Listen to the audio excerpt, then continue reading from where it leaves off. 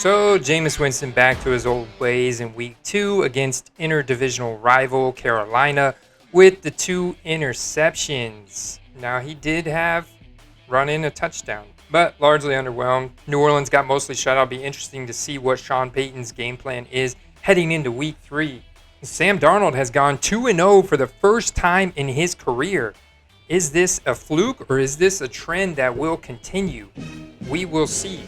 So in today's video, let's break down all the action from the 1 o'clock and the 4 o'clock and last night's game. Let's look at the major takeaways. Let's look at the activity on these guys' rookie cards through eBay and StarStock and see what we've learned, see who we should be holding, who we should potentially be selling right now based on the big performances from this weekend. Let's look at the injury concerns to monitor, some big movements in supporting cast players' rookie cards based on these injuries. And based on shifts in timeshare and opportunity within their respective offenses. And overall, let's see what we learned from Week 2's action as far as the season-long trajectory is for these teams. So let's dig in.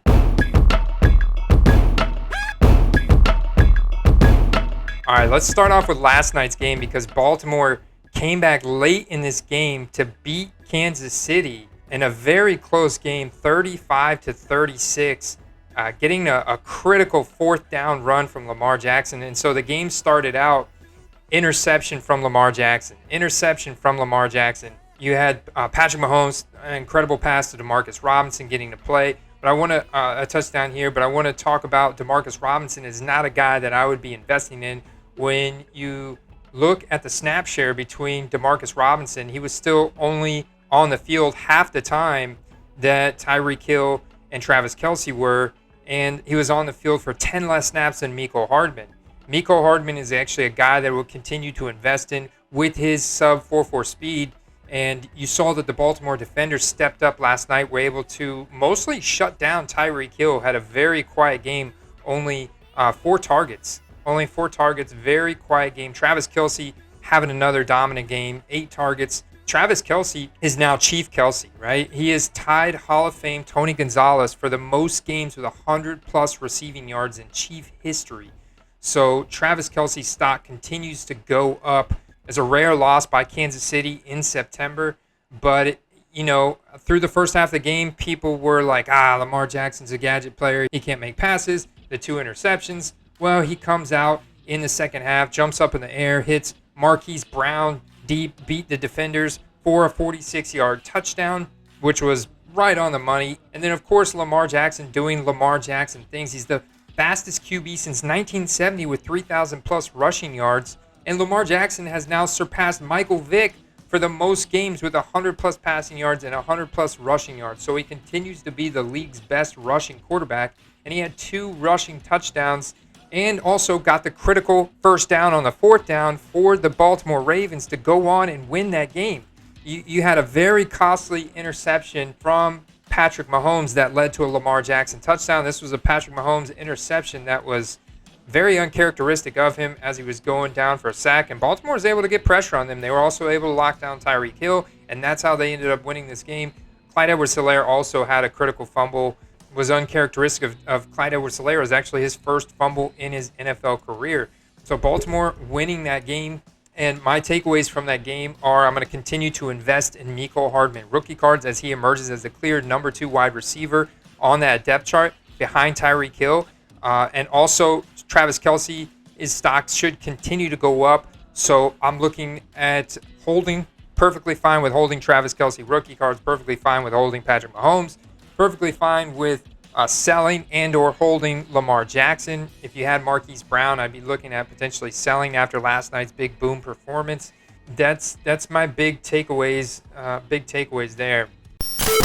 Let's look at the Tennessee Titans at the Seattle Seahawks, where the Tennessee Titans won in overtime against the Seattle Seahawks, and Julio Jones finally got it going with Ryan Tannehill in the second half. Julio Jones coming down with some nice catches. Also, 8 targets, man. 8 targets just behind A.J. Brown, who had 9 targets. A.J. Brown had a very uncharacteristic drop in this game, not like him, but the usage is still there, so I'm still bullish about A.J. Brown. I would continue to buy low on him right now if people are sleeping on his rookie cards because of the first week 1 and week 2 performances from him, I'd be buying low on him. Derrick Henry, though, finally got it going in this game. Had the monster game, 35 carries, the most carries out of any running back in the NFL over the weekend, which he turned into 182 yards, 3 touchdowns. He also had 6 receptions in this game as Tennessee was playing from behind a lot. Seattle was keeping the pedal down because on the other side, Russell Wilson was firing on all cylinders with Tyler Lockett again, absolutely having another smash game. You got to be happy if you're a Tyler Lockett rookie card owner. He's a guy that's been completely undervalued and slept on for a long time. And yesterday, we saw a lot of Tyler Lockett sales. I also saw approximately 55 Derrick Henry rookie card sales. We look at Tyler Lockett from that 2015 year. Definitely his Prism, his Topps Chrome are very liquid, but definitely still in 2015. If you're targeting the Topps Chrome, you want to go ahead and target the short print refractors and X-Fractor parallels and autograph cards. And potentially, if you're buying Tyler Lockett right now, look and see what those prices are on those autograph cards because he's got such a good chemistry with Russell Wilson. They're going to continue to ascend as Tyler Lockett is that secret weapon within the Russell Wilson offense. DK Metcalf, he's out there 100% of the time with Lockett, running the same amount of routes, getting the same amount of targets, but he's always going to soak up that alpha corner coverage. He's going to soak up the double coverage from the defense. And they're going to try and lock him down. He's going to have boom weeks, sure. Going to be more boom weeks, in my opinion, from Tyler Lockett. He's got that chemistry. Him and Russell Wilson are incredible. And there's nobody in the game of the NFL, in the league, that has a better deep ball than Russell Wilson, in my opinion. His deep ball is just absolutely perfect, man. Dallas Cowboys at the Los Angeles Chargers. Let me just say, the Chargers have a very good secondary. Their defense is no joke. They shut down Amari Cooper. They largely shut down CeeDee Lamb and as well. And CeeDee Lamb saw 8 targets. CeeDee Lamb was the target leader yesterday, but the production for Dallas came through the running game. They had to get creative with their play calling. Tony Pollard actually had the biggest day between Zeke and Tony Pollard. And you saw Tony Pollard's now getting quality touches, guys. I've been trying to tell all of you guys this preseason to invest in Tony Pollard rookie cards. You look at the factors of the market size in Dallas, the schedule this year. They're going to be in these close shootout battles. And Tony Pollard, they're now, limiting Ezekiel Elliott just because Tony Pollard's playing so freaking good, right?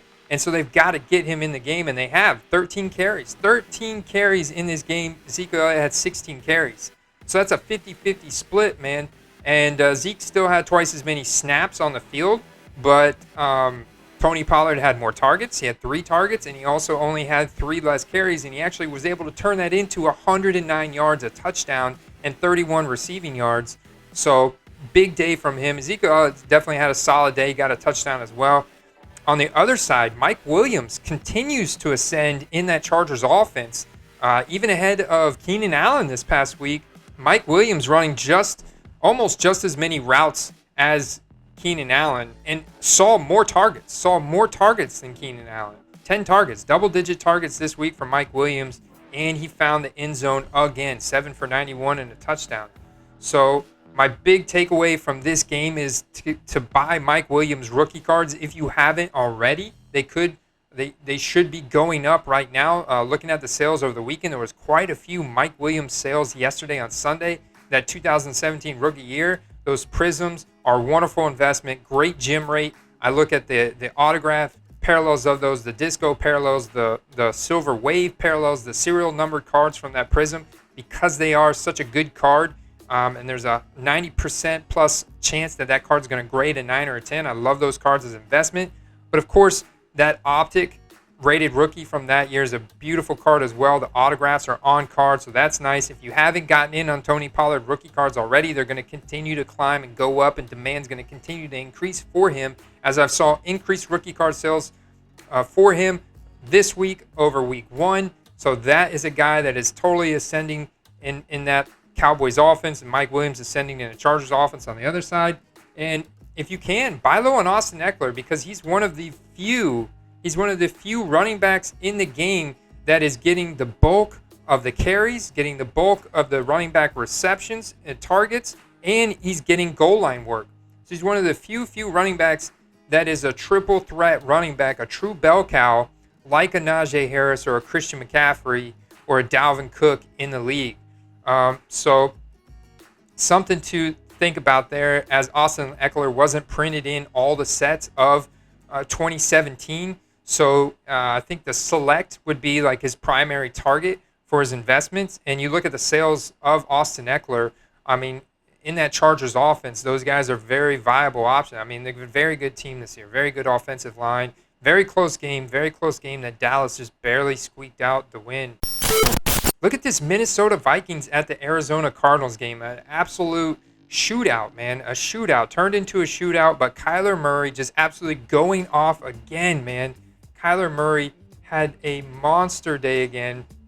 Kyler Murray joined Hall of Fame Peyton Manning and Aaron Rodgers as the only player since at least 1950 to have multiple career games with 400 plus passing yards, 3+ passing touchdowns, and 1+ rushing touchdown. Monster game. The historic pace from Kyler Murray right now. He's in the MVP consideration. His rookie cards are going up right now. Huge demand increases for him. That 2019 rookie, obviously the Prism is going to be a popular target. The field level selects are going to be popular target. Any of the silver parallels from 2019 for Kyler Murray are going to be very liquid, very popular targets. There's a huge variety of rookie card selections from 2019. You've got approximately 200 different choices for Kyler Murray in 2019, but definitely those silver variations, short print variations, serial numbered autograph cards are going to be the most liquid, as well as any silver short print variation. You can see the demand continue to go up for Kyler. On the other side, though, Dalvin Cook actually was left the game twice and inspected for injury. I mean, he still had 22 carries, 131 yards. He still had 7 broken tackles, 2 receptions, 17 yards. And he was heavily involved, but you got to monitor those injuries. I mean, suffered 2 injuries. I don't know if it's going to be that serious. It was to do with his ankle. If he's just something to monitor him. Obviously, Alexander Madison's going to be a popular waiver wire pickup this week if he hasn't been already. Rondale Moore had an incredible 77-yard touchdown pass where he was as wide open as you will find a wide receiver in the NFL from Kyler Murray. Just absolutely incredible. And he actually took some snaps away from Christian Kirk. It's something to monitor going in, because you want pieces of this Arizona offense. You want rookie cards of DeAndre Hopkins, right? Christian Kirk, Rondale Moore now getting in the mix, and A.J. Green actually finding the end zone as well, and he had 5 targets. But Rondale Moore was actually the target leader yesterday, and you just want pieces of this Cardinals offense as good as Kyler Murray is. Definitely want to prioritize your dollars on him, and but I wouldn't be buying him right now. I'd be looking to sell him right now going into this week 3. Moving on to the Atlanta Falcons at the Tampa Bay Buccaneers. You know, it was a Mike Evans day. It was Brady is back on his historic pace of another 5 passing touchdowns. 2 to Evans, 2 to Gronk, 1 to Godwin. Tom Brady, 4+ passing touchdowns in 4 straight games, the second longest streak. Kyle Pitts finally getting it going in this game a little bit.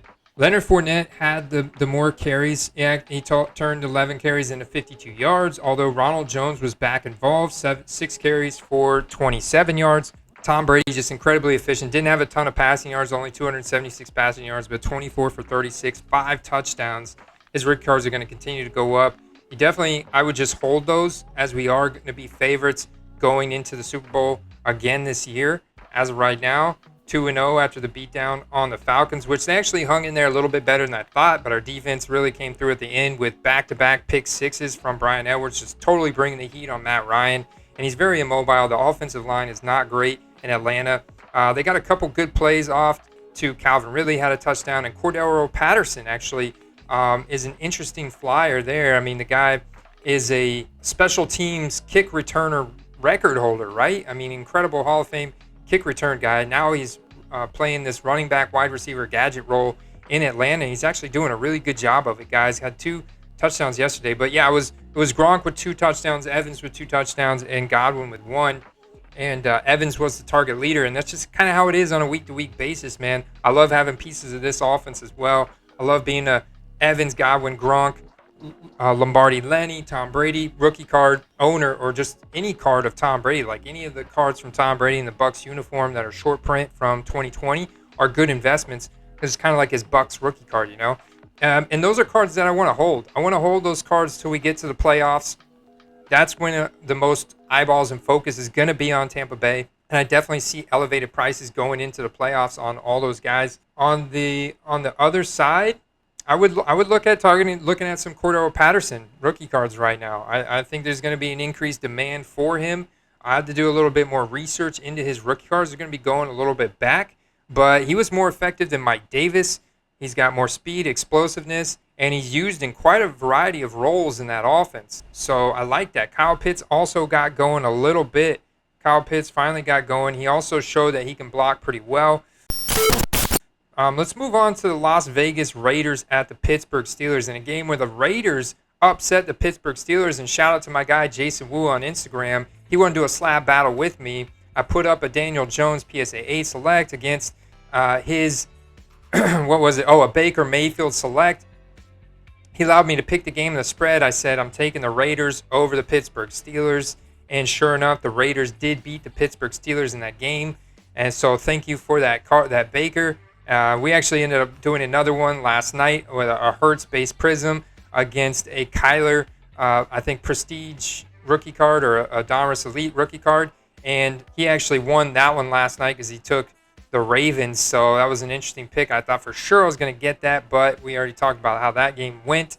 The Raiders, man, Derek Carr having another very dominant game, guys. Derek Carr actually connecting with Henry Ruggs in this game. 5 receptions for 113 yards and a touchdown. He had Foster Moreau vulture a touchdown from Darren Waller. Darren Waller was covered pretty well in this game. Darren Waller only had 7 targets in this game. So he only put up like 10 fantasy points, didn't find the end zone. It's probably around what Darren Waller's floor could be. And if people are still sleeping on his rookie cards, like absolutely, like the Raiders are on a track to make the playoffs this year with the way they've been playing. On the other side, you can see Ben Roethlisberger is completely dust. I mean, Ben Roethlisberger, I'm sorry, guys. I know there's a lot of Big Ben fans out there. I know he's a lock for the Hall of Fame. So from that standpoint, Steelers fans are always going to have a lot of demand for Big Ben's rookie cards and stuff like that. So he's a guy just probably hold on to till, maybe he has a big game, or maybe they do find a way to squeak in the playoffs here. But Najee Harris, though, had an incredible stiff arm throwing guys to the ground. Also had an incredible diving touchdown. You got to love Najee Harris going into this year. But I'm going to be patient. I'm going to wait to invest in Najee Harris till we get later in the season. We'll see what Pittsburgh does with their team until I invest in Najee Harris rookie cards. But he had an incredible game. Henry Ruggs on the other side. This is your chance. If you've been holding Henry Ruggs rookie cards, this is your chance to go ahead and sell them now high off of this huge performance. Sell high, guys, because he's not on the field a ton. He's still behind Waller. He's still behind Bryan Edwards. And he's still kind of tied with Hunter Renfrow. And he's going to be very touchdown dependent, boom or bust. So, the moral of the story is to sell on these touchdowns. These guys are getting big highlights, big touchdowns. Sell on the touchdowns and buy low on the targets, on the opportunity share, the snap share, and the targets. I'll be back in a few minutes.